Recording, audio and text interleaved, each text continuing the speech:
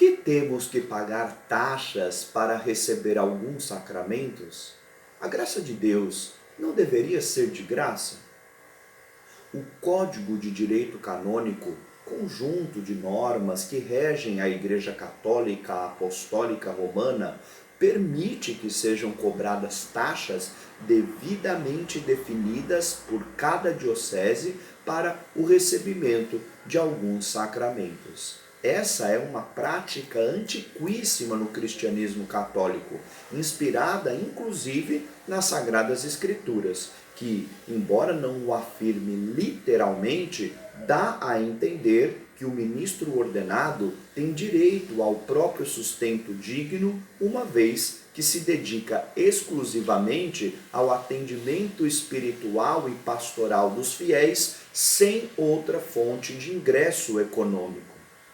Como se sabe, as taxas cobradas consideram também outras despesas relacionadas à administração de alguns sacramentos. Por exemplo, o combustível utilizado para o deslocamento do ministro ordenado, a manutenção dos templos, limpeza, organização, iluminação, ventiladores, flores, velas, água, etc. Os funcionários responsáveis pela preparação de documentos correspondentes e seus equipamentos de trabalho, computador, telefone, internet, entre outras despesas.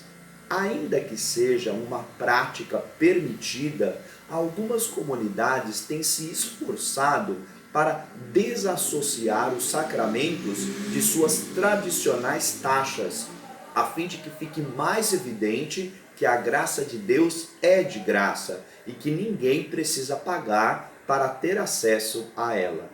Tais comunidades têm optado por um trabalho mais dedicado à pastoral do dízimo, conscientizando os fiéis que, cumprindo regularmente o seu compromisso cristão com as necessidades materiais da igreja, as taxas deixam de existir e se supera definitivamente a incômoda ideia de compra e venda da graça de Deus.